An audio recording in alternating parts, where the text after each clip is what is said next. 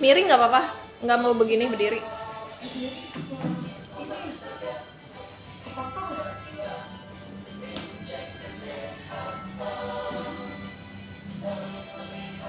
Kami memberi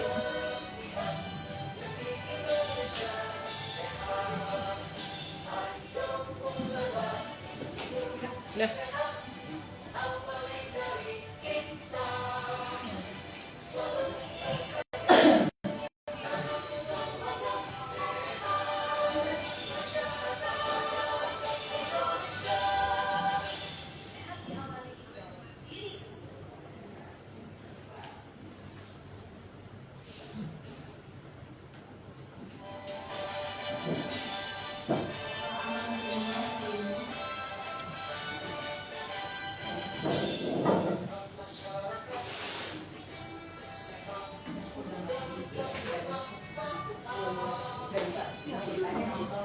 Tapi boleh.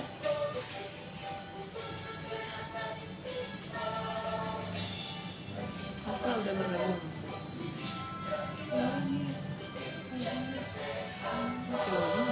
Ini juga udah masuk.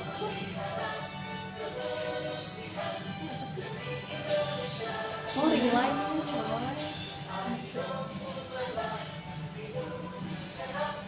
Coba. Terus dipindah. Apa-apa kan gak usah pakai.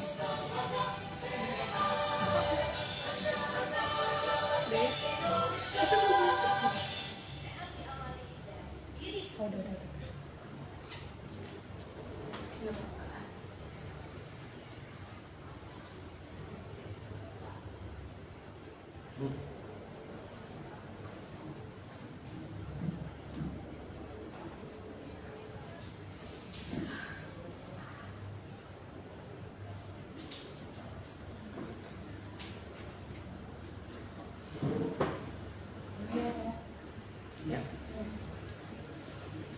Bismillahirrahmanirrahim. Assalamualaikum warahmatullahi wabarakatuh. Selamat pagi Desti, Puskesmas Jalan-Mas. Ketemu lagi nih dengan saya Itu Nurhayati. Gimana kabarnya? Semoga selalu sehat dan selalu dalam lindungan Allah SWT. Nah, kita baru ketemu lagi nih setelah lama tidak live IG lagi. Ini pertemuan kita yang ketiga. Penyuluhan secara langsung di media sosial Instagram dengan singkatan onsite, obrolan kesehatan terkini, di mana tujuannya itu untuk memudahkan masyarakat mendapatkan informasi kesehatan. Nah, di samping saya sudah ada Pak Anton selaku apoteker nih dari Puskesmas Jalan-Mas sebagai narasumber untuk tema kita pada hari ini, yaitu bagaimana cara menggunakan obat diabetes. Nah, langsung aja nih Pak Anton, gimana kabarnya Pak? Alhamdulillah baik. Ya, kira-kira kalau sebelumnya kan kita membahasnya tentang penyakitnya. Nah, kalau sekarang itu penggunaan obatnya gitu ya Pak ya. Nah, mungkin secara singkat diabetes itu gimana Pak? Ya, baik, terima kasih Mbak Ike. Kita review ulang ya tentang diabetes di teks sebelumnya. Disambil kita nunggu ya, keduanya bertambah supaya nanti tidak berulang-ulang penyampaian gitu, lebih efisien lagi.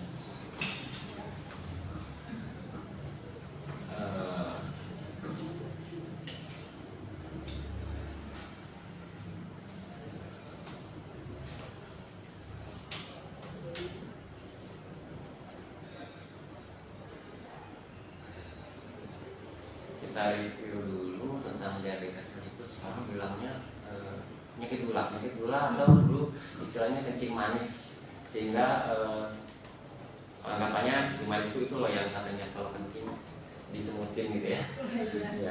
Ya, bisa benar, bisa juga tidak, karena tidak semua kencing manis atau diabetes mellitus nanti urinnya itu di kerumuh semut gitu. Saya tidak di sini akan lebih banyak membahas tentang jenis-jenis obat dan bagaimana cara pemakaiannya. Kalau obat diabetes juga lumayan banyak kan, seperti obat hipertensi, obat tensi. Cuman untuk dari segi pemahaman tentang diabetes itu sekilas nanti akan saya ulang. Kita tinjau dulu kenapa sih diabetes ini menjadi indikator internasional gitu, dalam penanganannya. Indikator internasional artinya pencegahan maupun pengobatan diabetes menjadi agenda penting, agenda utama. Selain dari itu ada TBC atau TB. Ini dua penyakit utama yang sedang menjadi trending topik di Indonesia di Kementerian Kesehatan untuk kita segera hadapi bareng-bareng supaya tidak meningkat angka kejadiannya. Kenapa? Ini dari WHO, dari International Diabetes Federation atau IDF itu ada ini update per Februari 2022 ya. Jadi tahun 2021 itu sudah ada sekitar 19,5 juta WNI berusia 20 sampai 79 yang mengidap penyakit diabetes mellitus pada akhir 2021. Ini hampir 13% ya, 13% dari jumlah warga negara Indonesia, dan itu cukup besar gitu. Terus kita tahu juga bahwa diabetes itu mother of disease, artinya dia induk semang atau ibu daripada penyakit turunan selanjutnya. Jadi diabetes termasuk salah satu penyakit metabolik atau kelainan metabolik yang nanti akan berkelanjutan menjadi induk ataupun penyebab penyakit-penyakit yang lainnya, seperti nanti akan meningkat kolesterol, gangguan ginjal, hipertensi, jantung, gangguan kulit, gangguan penglihatan, puluhan cabang penyakit yang akan menyertai diabetes itu sendiri, tergantung dari jenis atau kelainan seberapa parah dari metabolik dari pasien tersebut dalam mengidap diabetes.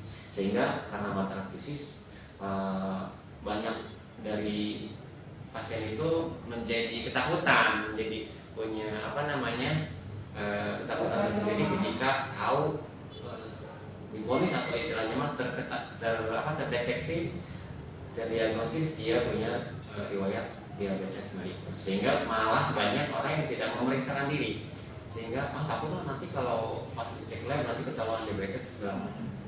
Ini juga cukup berbahaya karena penanganan yang terlambat dalam maintenance diabetes ini akan menjadi permasalahan yang lebih berat lagi. Makanya Kemenkes juga punya program deteksi dini PTM, penyakit tidak menular. Nanti kalau di Bulan Mas kita ada Dr. Nadia yang sedang gencarnya mendeteksi dini PTM mulai dari usia SMP ya, Mbak ya. Kita ke sekolah-sekolah, ke Karang Taruna, ke Posyandu, Posbindu untuk mendeteksi dini.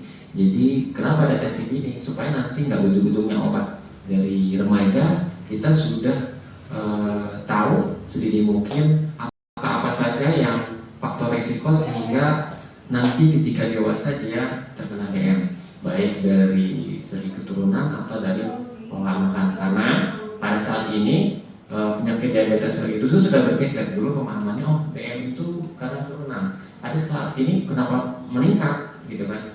Ternyata setelah diteliti juga faktor utama karena pola makan dan pola aktivitas. Mungkin pola makan instan, pola makan yang banyak tidak diimbangi dengan aktivitas yang memadai, sehingga banyak metabolisme glukosa atau gula yang nanti menyebabkan TMI tidak tereliminasi secara maksimal. Jadi life habit atau pola hidup menjadi faktor pokok pada saat ini dalam penyebab salah satu penyakit diabetes mellitus.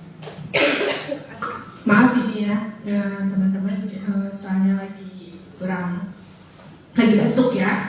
Nah, tadi setelah penjabaran tentang DM ya Pak Anton, terus gejalanya nih Pak. Gejalanya. Secara umum kalau gejala diabetes itu ada 3 faktor ya. Pertama, sering haus, bentar haus. Walaupun mungkin tidak melihat ini lagi siang hari atau panas, malam pun sore atau subuh pagi pun dia atau tengah malam itu pun pasti melakukan lebih sering atau lebih cepat haus. Tidak ada indikasi sedang batuk ataupun sedang dia berolahraga. Yang kedua, akibat itu dia sering kencing. minum nggak banyak tapi kok geser lagi gitu. Terus yang ketiga lemas atau dia lesu, itu banyak karena mungkin metabolisme gulanya tidak maksimal sehingga sering lemas. Terus yang umum itu berat badan turun drastis mendadak atau kondisi kulit yang mungkin kurang lembab atau sering gatal-gatal. Kalau penyakit kulit itu lebih lama lagi atau sering terulang. Nah, penyakit gatal terus sering terulang. Jadi itu gejala-gejala. Cuman yang paling banyak dirasa itu sering haus, sering kencing, dan lemas. Nanti ada gejala-gejala lain yang tidak ketahuan. Justru kalau sudah sering haus dan lemas itu sudah barangkali keadaan insulin atau diabetesnya sudah bukan awal lagi ya, sudah sedang lebih kronis. Nah, tadi kan udah dijelasin sama Pak Antoni ya, kalau misalkan diabetes itu termasuk ada namanya di puskesmas kita itu ada program PTM ya. Gimana cara mendapatkan obatnya itu, obat DM-nya itu atau kencing manis? Sebelum seorang dinyatakan menderita atau terdiagnosis diabetes mellitus, dia kan harus ada pemeriksaan, ada screeningnya. Mulai dari di screening PTM itu ada lengkap ya, mulai dari tanggal lahir, umur, berat badan, dan lain-lain, jenis aktivitas dan lain-lain. Tapi titik pokoknya itu ada pemeriksaan kadar gula, karena penyakit kondisi ini diukur dari dia kadar gulanya mulai di standar atau tidak. Ya, sini dijelaskan. Nanti kalau gulanya lebih dari 200 mg per desiliter atau ketika dia tidak puasa ya, nanti diperiksa.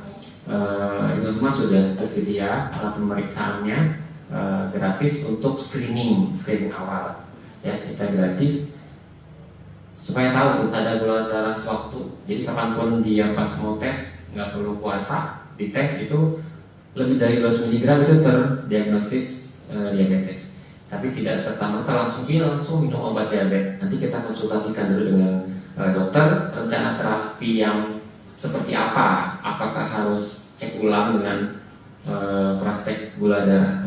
Puasa dulu nih gitu. Itu melihat nanti efektivitas atau resistensi dari insulin yang dia punya dalam badannya. Apakah masih bisa dilakukan pola diet atau pengaturan pola makan atau jumlah makan? Apakah tidak? Ketika beberapa kali pemeriksaan berulang. Nah, ini kita ada pusling atau pos bindu. Jadi tidak hanya untuk lansia atau untuk balita, teman-teman remaja juga bisa konsultasikan di pusling dan pos bindu yang sudah terjadwal. Ini ada pengasuhnya dari Jalan Mas itu ya. Sebulan itu rata-rata 10 ya.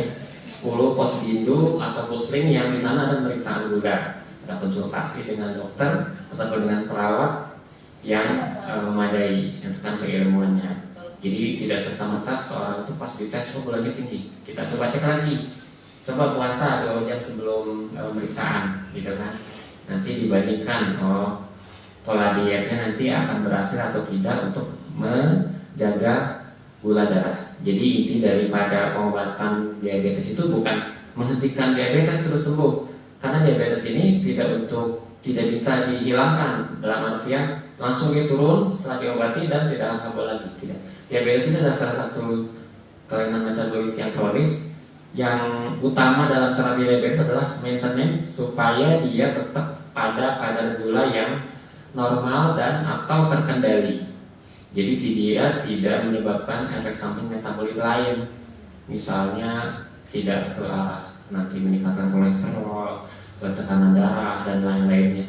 Jadi ada kadar gula yang masih bisa kita maintenance. Kalau dengan puasa atau pola makan kadar gulanya bisa normal di bawah 200, berarti dia tidak perlu dengan pengobatan kimia atau pengobatan di puskesmas. Cukup dengan pola diet, misalnya puasa, misalnya banyakin sayur atau mengatur jumlah asupan karbohidrat yang nanti menghasilkan gula seperti itu.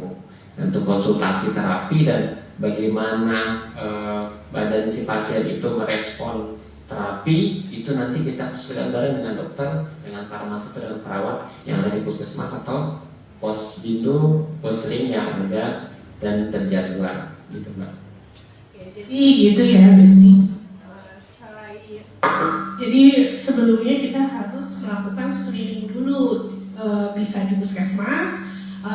Untuk puskesmas Jalmas ada di puskesmas bisa, lalu kita ada pelayanan pusling dan posbindu. Jadi kita harus melakukan screening. Setelah itu nanti bisa mendapatkan obat jika memang dari hasil tersebut terlihat diabetes gitu ya, Pak Anton ya. Nah, ini yang ditunggu-tunggu nih, Pak.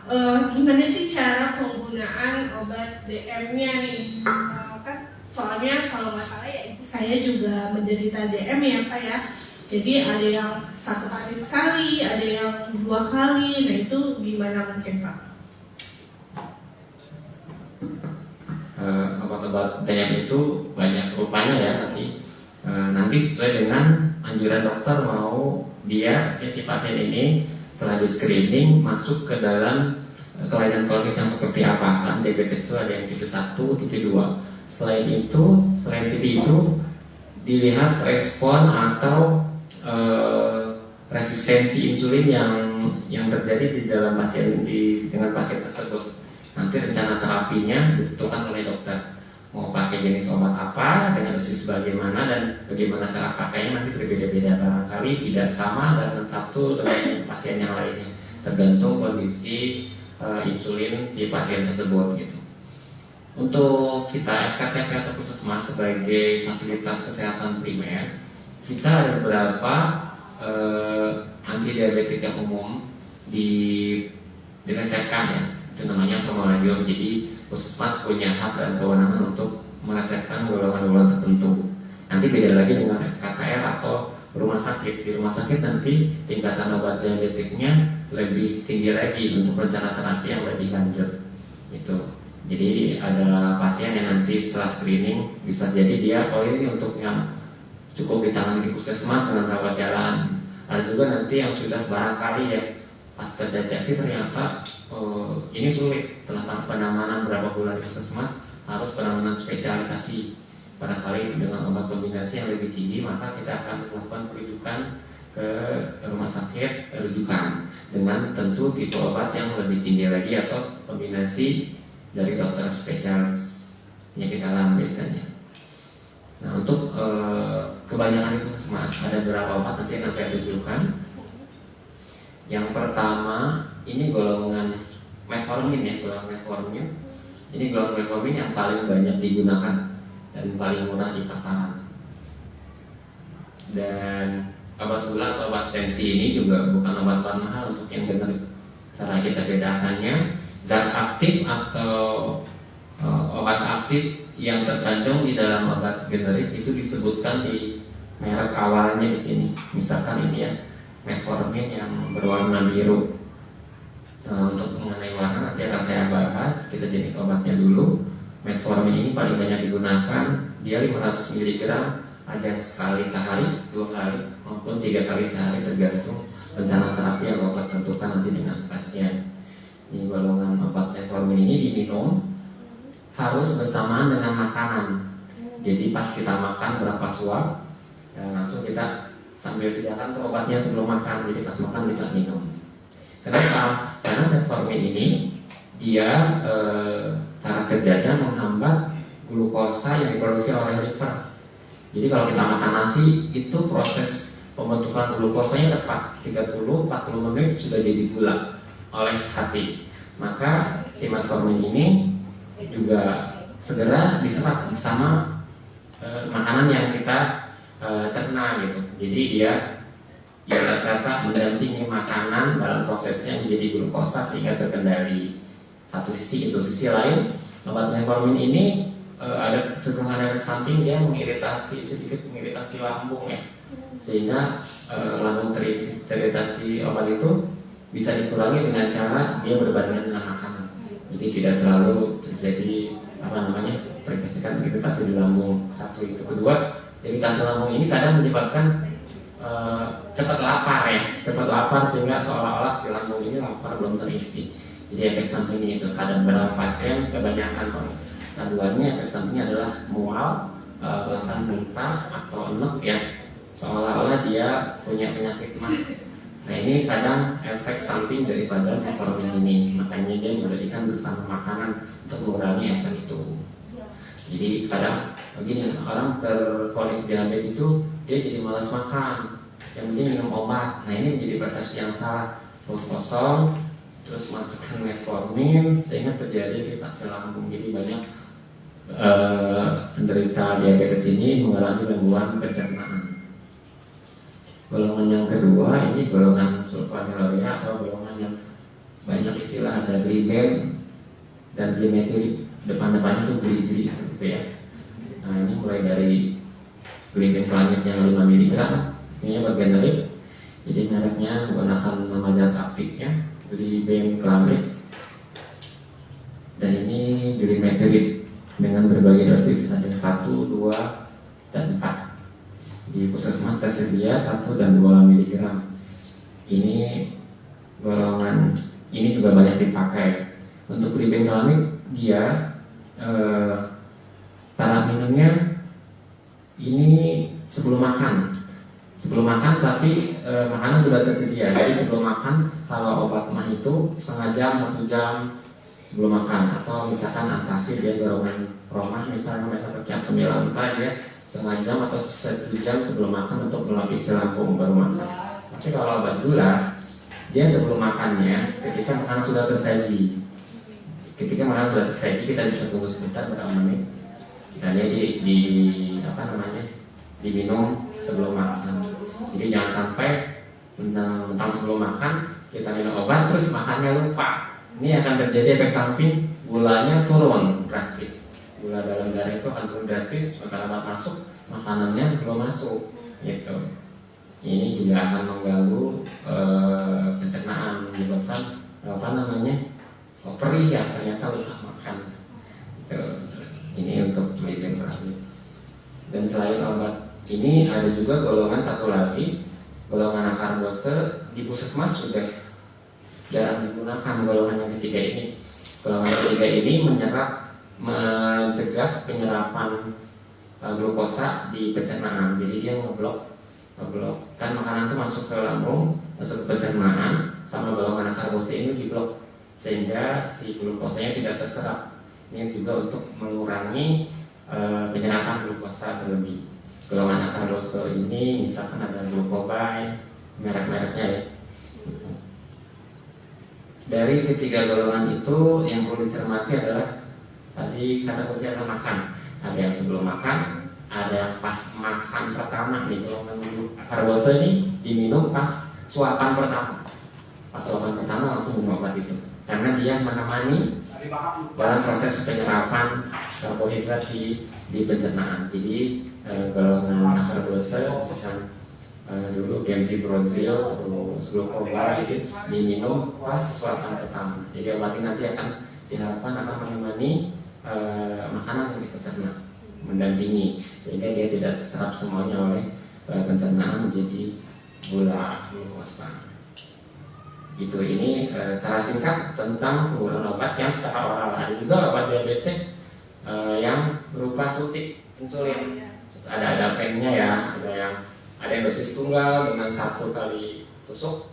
Ada juga yang dosis berulang dengan menggunakan pen dispenser. Yang dispenser ini diukur dosisnya sesuai dengan sarjana terapi dokter, sesuai dengan resep, merek dan dosisnya.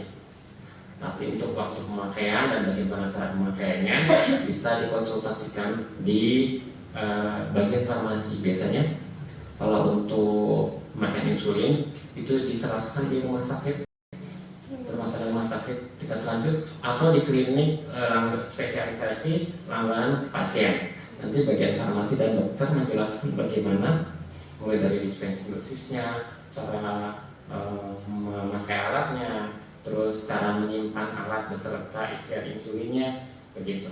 Itu nanti dijelaskan di bagian farmasi di rumah sakit atau klinik tempat si pasien berobat.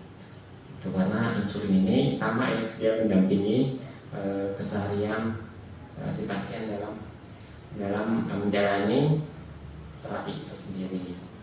Gitu. Jadi sebenarnya balik lagi ya kayak sesuai dengan anjuran dokter. Mau obat yang golongan balik lagi sesuai dengan anjuran dokter. Nah, jika memang dari anjuran dokter kurang jelas, nanti bisa langsung ditanyakan kepada bagian farmasinya, seperti itu ya Besti. Nah, untuk cara penyimpanan, apa ada kiat-kiatnya gitu untuk penyimpanan obat? Kan biasanya mah simpan udah gitu ya, ditaruh aja. Apa ada nih khasnya atau biar aman si obat itu, Pak? Nah, penyimpanan akan terkait dengan informasi yang dia dapatkan ketika dia memperoleh obat. Kan peroleh obat diabetes ini termasuk obat keras ya. Obat keras itu ada seperti ini, ada lambangnya K, lingkaran tulisan merah, tulisan hitam dalam lingkaran merah seperti ini. Ini obat keras, artinya obat keras ini cara penggunaannya harus dikonsultasikan dengan dokter yang meresepkan dan dengan farmasi yang menjelaskan bagaimana penggunaannya. Itu artinya kalaupun dia sudah terbiasa, dia tidak bisa kita beli secara bebas. Karena apa? Karena dalam pemakaian obat-obat keras ini akan diawasi kontrol terapinya secara tanggung jawab oleh dokter dan ahli kesehatan yang lainnya gitu. Jadi walaupun murah, misalkan metformin harganya 2.000-3.000, tak bisa kita beli di pasaran gitu, nggak perlu ke dokter nanti jadi mahal. Nah sekarang yang menjadi jaminan terapinya siapa? Apakah si pasien itu sendiri? Kan tidak bisa. Nah nanti ketika dibeli bebas, dia tidak akan mengajarkan ini nantinya simpannya bagaimana melihat dia masih layak minum atau tidak gitu. Yang pasti kalau didapatkan secara peresepan itu sudah dengan rencana terapi dokter, nanti akan ada orang farmasi yang punya hak untuk memberikan informasi. Nanti bapak ibu atau teman-teman yang misalkan disuruh ibunya beli obat, itu akan dijelaskan bagaimana cara minum obatnya, apakah sudah betul atau tidak. Ya. Nanti juga akan dijelaskan bagaimana cara penyimpanannya. Secara umum memang obat-obatan itu disimpan sesuai dengan keterangan suhu. Cuman kalau sudah dia dalam bentuk blister seperti ini, tidak ada keterangan penyimpanan pada suhu dan kondisi seperti apa. Tapi kalau dalam misalkan botol ini obat lainnya, obat sirup anak, dia akan disertai brosur atau leaflet yang menjelaskan bagaimana penyimpanannya. Nah, secara singkat di apotek atau di bagian farmasi itu kan ada orang farmasinya yang jelas, dan apoteker akan menjelaskan bagaimana cara menyimpan. Jadi pasien itu punya hak dan punya kewenangan untuk menanyakan cara menyimpannya bagaimana, di mana. Secara umum obat itu disimpan satu di tempat yang aman, ada suhu ruangan. Suhu ruangan itu antara 25 sampai 30 derajat. Bukan di kulkas kecuali dia dinyatakan atau diharuskan oleh orang farmasi ini harus di kulkas dengan kondisi yang seperti apa. Pastikan kering tidak basah. Ini untuk penganjuran selama jalannya terapi. Misalkan obat diabetes rata-rata dia diberikan diresepkan untuk 1 bulan. Jadi selama 30 hari dalam pengemasan yang rapi, label yang rapi, dia dijamin sampai habis dengan 30 hari itu aman. Apalagi dalam kondisi dia masih kemasan utuh, tidak dibuka atau tidak diracik. Nah nanti cara nyimpannya itu misalkan di lemari obat khusus seperti dalam lemari, tidak langsung cahaya, tidak dekat dengan benda-benda tajam atau berbau tajam. Ya, sampai dekat lemari yang dekat dapur, suhunya kita tidak tahu. Karena jarang di rumah punya alat mengukur suhu ya. Itu. Nanti kalau untuk obat insulin itu lain lagi, karena dia termasuk obat-obatan yang harus stabil di suhu tertentu. Misalkan AC atau dalam lemari es, gitu.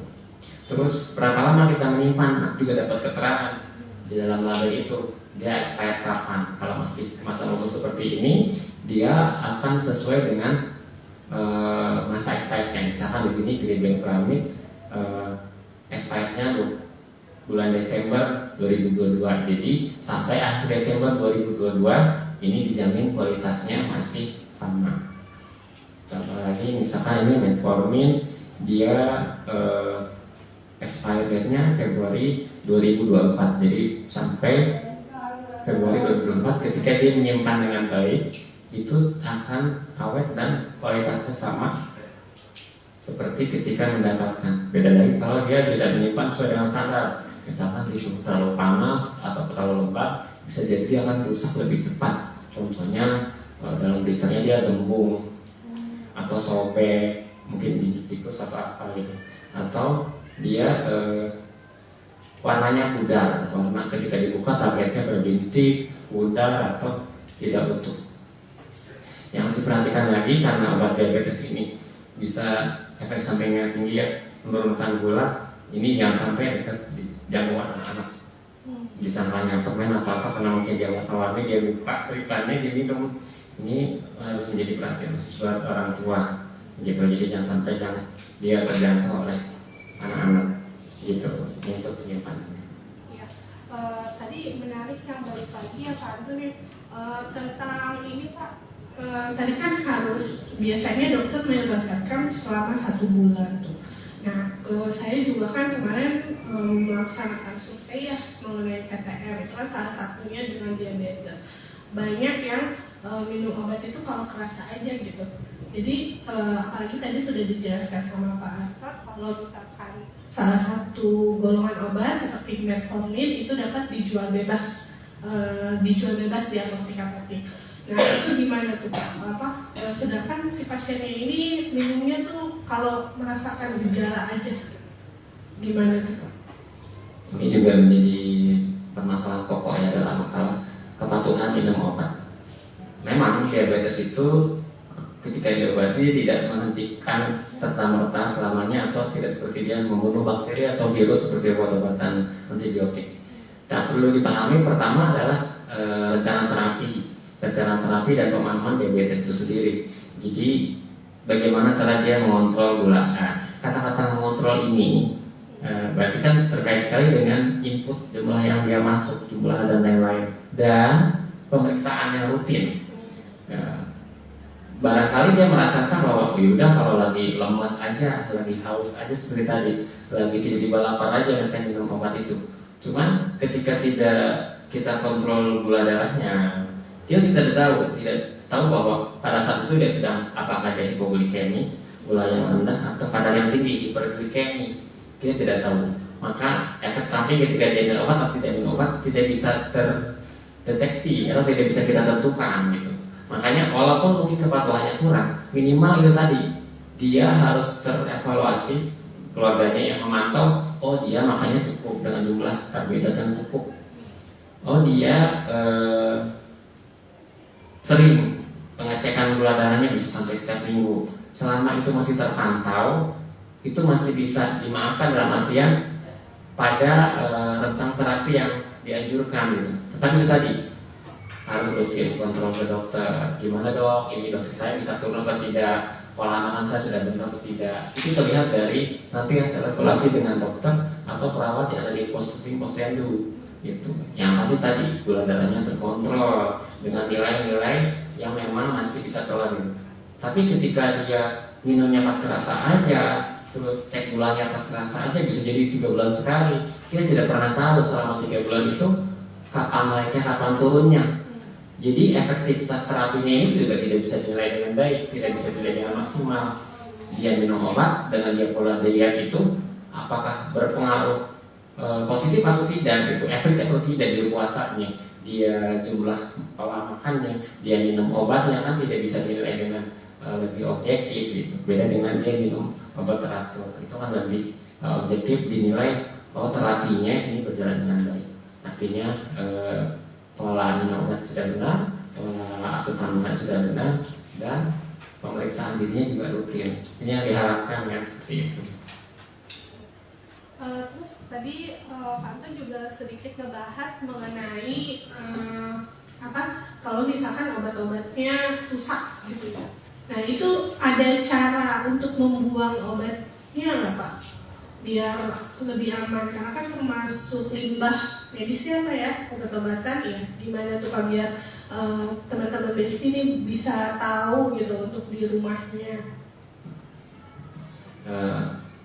Obat-obatan rusak atau kadaluarsa memang dia satu tidak aman untuk dikonsumsi, tapi dia memang tidak langsung berefek racun ya terhadap barangkali anak atau keluarga yang tidak sengaja mengkonsumsi atau hewan ya.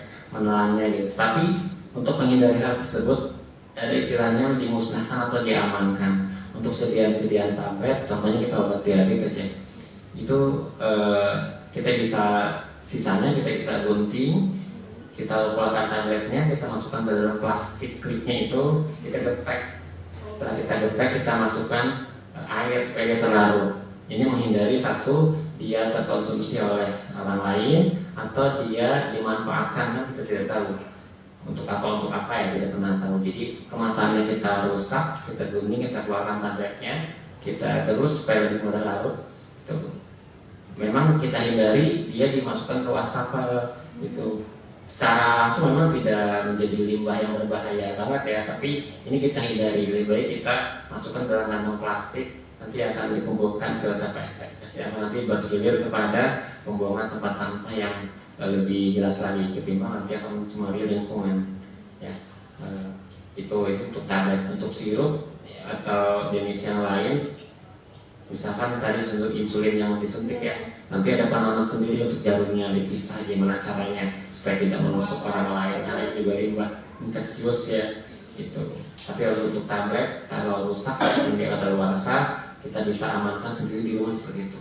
Kalau kurang paham, takut kenapa, boleh silakan diserahkan kepada tenaga kesehatan di posyandu, posbidu, atau langsung diserahkan ke puskesmas ketika berobat atau ketika konsultasi. Tuh, ini Mbak, misalkan Pak Bu, saya punya obat kadaluarsa atau rusak, saya ingin menyerahkannya untuk dimusnahkan atau diamankan di puskesmas seperti itu. Karena puskesmas itu bisa menampung limbah-limbah medis, khususnya obat kadaluarsa atau rusak, untuk ditangani sesuai dengan peraturan yang ada. Seperti itu. Baik, jadi gitu ya Besti, untuk di rumahnya nih boleh kalau misalkan memang ada obat-obat yang kadaluarsa ya Pak ya, apalagi yang terkait dengan insulin yang jarum suntik, karena memang pemusnahannya itu ada aturannya seperti itu. Jadi boleh untuk diserahkan kepada puskesmas ya Pak ya. Ya, seperti itu. Nah, apa aja nih yang perlu diperhatikan Pak untuk obat diabetes ini? Kira-kira hal-hal apa aja yang perlu diperhatikan? Yang pertama, tentu jenis obat yang kita konsumsi itu sudah sesuai dengan diagnosis yang pasien itu alami. Jadi pahami betul satu, penyakit apapun atau terapi apapun, pahami betul, konsultasikan dengan tenaga kesehatan yang benar, bagaimana rencana terapi yang ingin kita jalani.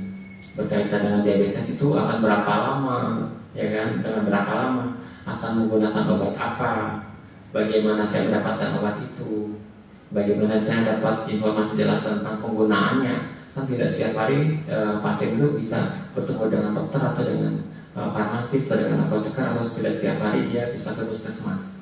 Maka dari awal dipahami dulu, jangan misalkan ke puskesmas atau posyandu kalau udah ketahuan dia gula sekian tinggi, udah rencana dia pakai minum metformin, tapi dia tidak kebayang akan berapa lama, bagaimana pola dietnya, bagaimana misalkan boleh nggak saya beli ini di luar kalau puskesmas tutup, atau saya lagi sibuk keluar kota. Nah, hal seperti itu karena ini bisa jadi pengobatan yang berlanjut cukup lama, itu harus sudah dipikirkan baik-baik gitu. Jangan sampai seperti tadi jadinya kepatuhan minumnya berkurang gitu. Terus informasi yang didapatkan tidak begitu jelas. Maka Puskesmas Jalan Mas ini berusaha untuk memberikan informasi sedetail mungkin, sejelas mungkin, dan kita membuat asuhan. Kalau dari farmasi ini asuhan ke farmasi dalam bentuk pelayanan informasi obat, atau komunikasi informasi dan edukasi KIE.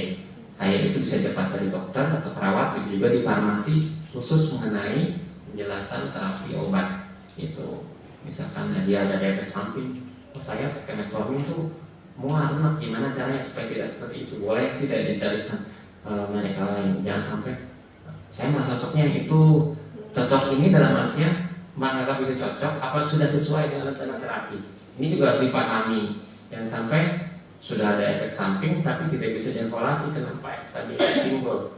Kan efek samping yang tidak diharapkan itu bisa kita evaluasi sehingga diminimalisir atau dihilangkan, tidak langsung mengganti jenis obat yang kita konsumsi. Barangkali bisa dievaluasi rencana terapi dengan metformin ini apakah sesuai, bukan hanya dari segi efek samping saja, tapi dari segi efektivitas terapinya, kepatuhan minum obatnya. Gitu yang harus diperhatikan. Selanjutnya adalah ketika mau mengganti obat, jenis obat juga harus konsultasi. Bukan karena obat itu mahal atau sulit didapat, kita konsultasikan dulu dengan dokter, karena ini rencana terapi jangka panjang.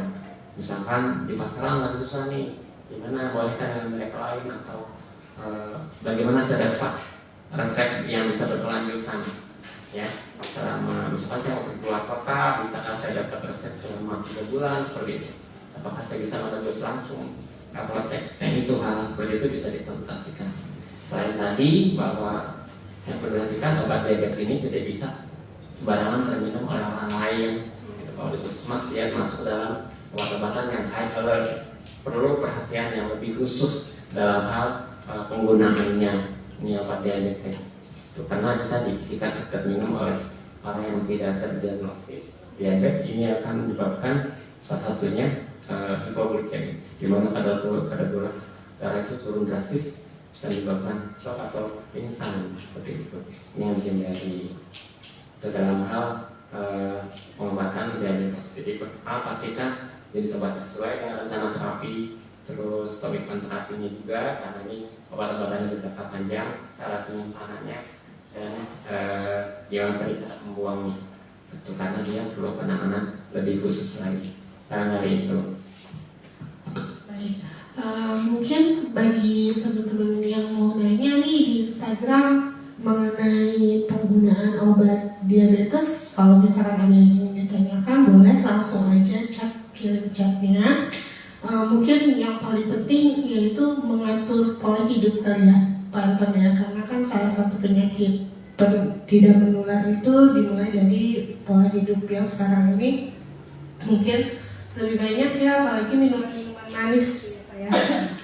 Ya, nah sambil menunggu nih teman-teman, kalau misalkan ada yang ingin ditanyakan, saya ingin nanya nih Pak, di luar tentang diabetes nih, kan saya pernah dengar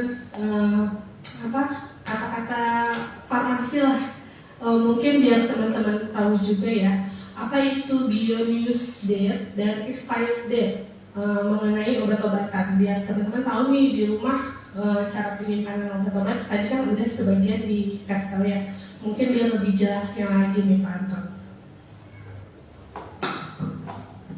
Ya, dari dua jenis pertanyaan tadi, beyond use date atau BUD bahasa Inggrisnya, atau waktu penggunaan obat setelah jadi racik, dan itu jangka waktu ya, dan expired date atau tanggal batas maksimal yang diperbolehkan obat itu dikonsumsi. Untuk yang pertama tentang BD, beyond use date atau jangka waktu berapa lama ketika obat itu setelah dirubah atau diracik dari kemasan utamanya pokok primer seperti ini menjadi kemasan yang siap minum. Contoh yang paling mudah itu obat-obatan yang diracik ya, seperti puyer atau sirup yang dilarutkan, dibuka dulu, dikombinasikan dengan sirup lain, atau sirup kering atau sirup antibiotik yang ketika awalnya primernya dia serbuk lalu diberikan air sehingga dia menjadi bentuk suspensi atau sirup. Nah, biasanya setelah dilakukan pelabelan seperti ini, si obat-obat racikan itu dia akan diberikan tanggal pembuatan, ada instruksi penggunaan dan lain-lain, misalkan kocok dahulu atau habiskan. Dia akan memiliki masa waktu, BUD namanya, masa waktu obat itu masih bisa dikonsumsi. Dan ini tergantung daripada jenis obatnya. Nanti dapat penjelasan dari apotekernya sampai kapan maksimal obat itu masih bisa disimpan. Misalkan contoh obat panas itu ada instruksi ketika demam sekian sendok, terus kocok dahulu. Nah, setelah digunakan misalkan dia sudah tidak panas lagi hari ke-4, ya kan? Selama botol itu tertutup dengan baik, obat panas tidak perlu simpan di kulkas karena nanti akan lembab. Nanti dia tumbuhin jamur di sekitar botol, ini dihindari. Di suhu ruangan selama dia tidak berubah bau, berubah rasa, berubah warna, dan juga masa kedaluarsanya masih panjang, itu obat panas ada yang bisa sampai lebih dari 3 bulan, 6 bulan. Biasanya kalau beli, misalkan obat mahal tuh ya, dengan merek paten, itu kan sayang harganya 80.000, masa 2 hari ini nggak habis, apakah bisa disimpan?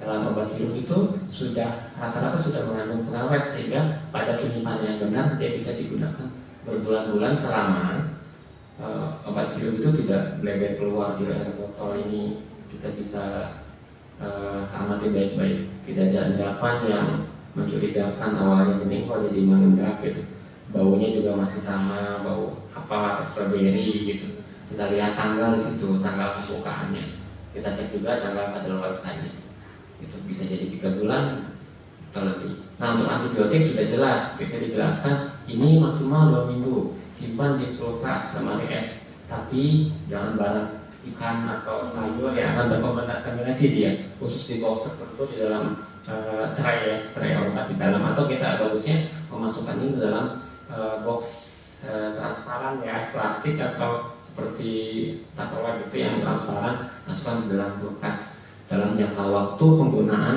rencana terapi, misalkan dia sakit demam, radang tenggorokan, itu biasanya dikasih Cefadroxil 2 kali sehari, itu akan habis rata-rata 6 sampai 12 hari. Mungkin dia dikasih 2 botol misalkan. Nah, itu selama masa terapi itu. Ketika sudah masa terapi selesai, dia sudah sembuh 5 atau 8 hari, itu tinggal kita buang. Tidak bisa digunakan untuk orang lain. Misalkan ini adanya sama, pakai antibiotik sama, itu tidak dianjurkan karena dosisnya bisa jadi berbeda karena berbeda berat badan. Tuh, ada juga yang misalkan tablet sudah dibuka-buka, dimasukkan kombinasi ke dalam 1 botol lagi dengan dilabellisasi juga sama. Itu juga akan dijelaskan seberapa lama tablet-tablet yang dikemas ulang dalam botol atau dalam plastik itu masih bisa digunakan. Apakah 2 minggu, apakah 30 hari, sesuai dengan rencana terapi. Indikator masih bisa dibilang atau tidak sama. Terlihat kapan dia diraciknya. Kalau misalkan obat itu 1 bulan, dilihat berubah atau tidak. Nah, biasanya obat-obatan itu obat yang berkelanjutan, tidak hanya untuk saat. Kalau untuk saat misalkan kalau pusing saja, jika demam, jika panas, jika sakit, selama obat itu masih tidak berubah warna, tidak pecah, tidak menjadi lengket, dia masih bisa digunakan. Kalaupun Bapak Ibu mau dapat informasi, saya dapat obat tanggal sekian, kemasnya seperti ini, itu kadaluarsanya kapan? Silakan obatnya dari puskesmas atau dibawa, masih bisa diminum atau tidak. Saya konsultasikan ke puskesmas. Ini ada juga yang diracik dalam bentuk kapsul terus dimasukkan ke dalam label. Ini di situ ada tanggal pembuatannya dan di situ ada rencana terapi. Bisa dijelaskan atau ditanyakan, ini kapsul ini racikan ketika saya flu, ini kemarin masih bisa diminum atau tidak. Boleh dikonsultasikan dengan tenaga kesehatan di puskesmas walaupun posyandu posdindo. Begitu. Kalau misalkan tidak paham, bisa langsung ketemu saya di puskesmas ketika standby. Itu barangkali bisa membantu bagaimana informasi tentang obat yang dia peroleh walaupun bukan dari puskesmas. Seperti itu, Mbak. Baik. Tadi saya mau nanya untuk puyel, Pak Anton. Puyel berapa lama tadi, Pak? Untuk saat pengobatan di puskesmas umumnya puyel itu kita berikan 12 sampai 15 bungkus. Jadi contoh bentuk puyelnya ada yang seperti ini, ada kemasan puyel berlogo dan biasanya dia udah laminasi ya, di atasnya tertutup untuk mencegah udara lembab dan kontaminan masuk. Rencana terapi untuk obat-obatan puyel rata-rata 3 sampai 5 hari. Ketika ada gejala misalkan dia itu demam, muntah, atau dia itu lagi pilek ya, berita itu biasanya 3 sampai 5 hari itu sudah selesai penggunaan. Jadi kita buat racikan untuk penggunaan 3 sampai 5 hari standar puskesmas. Nah, barangkali kalau rumah sakit dia bisa berbeda, bisa 15 bungkus, bisa 20 atau 30 bungkus. Nah, ini rata-rata selama dia tidak, ketika dibuka, ini misalkan masa terapi dia 3 minggu ya, 3 minggu, ini hari ke 15, ketika dibuka kok lengket atau warnanya itu jadi berubah, barangkali kemasan silnya kurang rapat.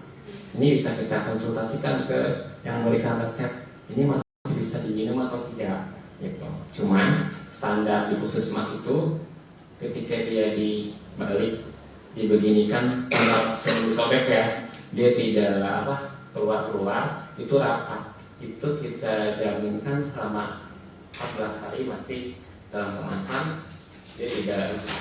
Atau ketika rencana terapi beda 1 minggu.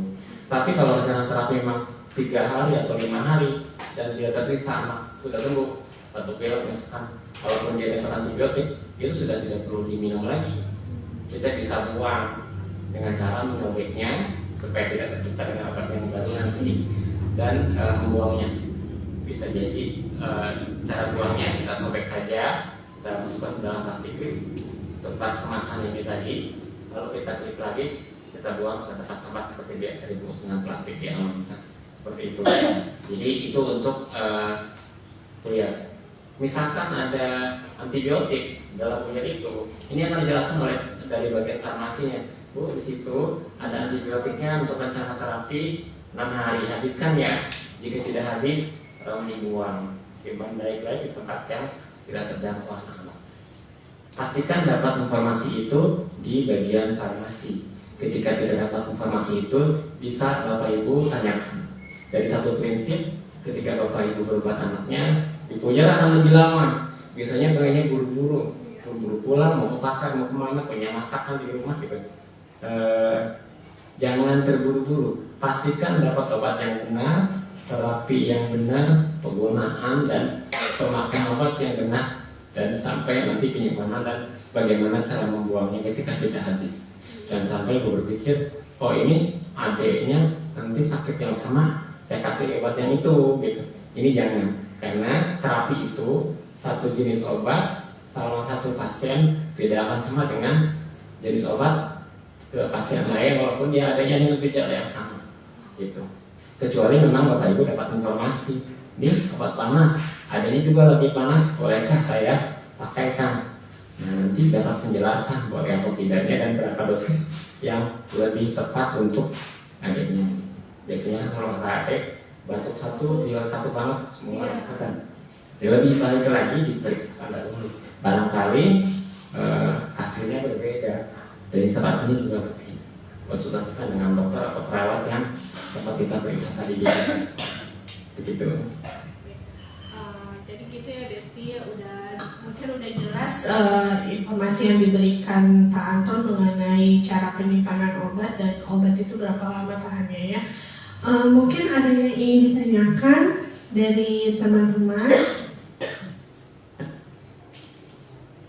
mengenai penggunaan obat, boleh apa aja terkait farmasi ya, bukan hanya diabetes, boleh ya Pak Anton ya.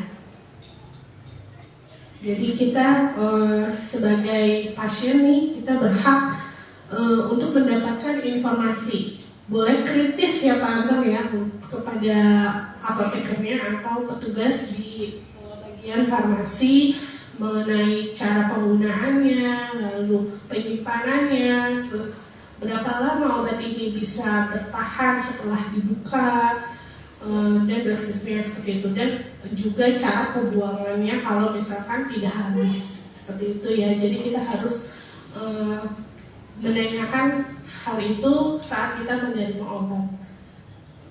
Gimana teman-teman? Ada yang ingin ditanyakan? Sepertinya nggak ada nih, udah jelas kali ya. Ada yang ingin disampaikan lagi, Pak Anton? Ya, untuk kesimpulannya ya Pak Anton. Kesimpulannya, informasi mengenai diabetes itu bisa kita dapatkan pada petugas yang tepat. Terutama kita lebih rajin lagi datang ke posyandu Posbindu, lihat jadwalnya. Nanti kita update ya jadwal-jadwal posyandu, pusling atau mungkin jadwal vaksin anak balita gitu. Tetap stay tune di Instagram Semua Mas untuk biar juga informasi baik ini bisa disebarkan, bisa ajak juga yang lainnya ya. Untuk informasi mengenai obat diabetes mellitus kami sediakan banner dan brosur ya. Brosur bisa diambil nanti di bagian farmasi atau di download boleh Mbak ya di Instagram. misalkan kita request Instagram minggu depan atau bulan depan bahas dong tentang hipertensi, misalkan tentang vaksin meningitis, misalkan silakan request, sehingga kami juga akan menambah menu sesuai dengan kebutuhan masyarakat. Mengenai diabetes dan obat-obatannya, insya Allah tenaga kesehatan dari Puskesmas Jalan Mas sudah siap menjawab dan mengasuh keluarga atau teman-teman semua yang barangkali ya tidak hanya diabetes, ini khususnya diabetes. Informasi-informasi tentang seputar diabetes itu bisa diakses di Instagram ini, atau boleh ber-email kalau minta bahan-bahan, misalkan ilmu pengetahuan tentang sekarang di media banyak ya. Cuman pastikan informasi yang kita dapat dari tenaga kesehatan yang berkewenangan, sehingga informasi tidak simpang siur. Satu itu. Kedua, konsultasikan sehingga informasi ini bisa terjadi timbal balik. Hal-hal yang tidak dipahami atau ingin ditanyakan bisa langsung terjawab. Beda dengan kita hanya baca, hanya searching, hanya YouTube gitu kan, atau kita lihat dari Instagram hanya baca. Kadang kita hanya dapat informasi searah, sehingga timbal baliknya belum tentu sesuai dengan kebutuhan kita. Ini yang perlu dicermati. Tangkap, makan gitu aja. Nah, makanya kenapa kita ada namanya buka forum konsultasi, ada acara live seperti ini, supaya dapat informasi lebih jelas dan timbal balik. Betul, jadi sesuai dengan kebutuhan teman-teman yang ada di rumah. Seperti itu.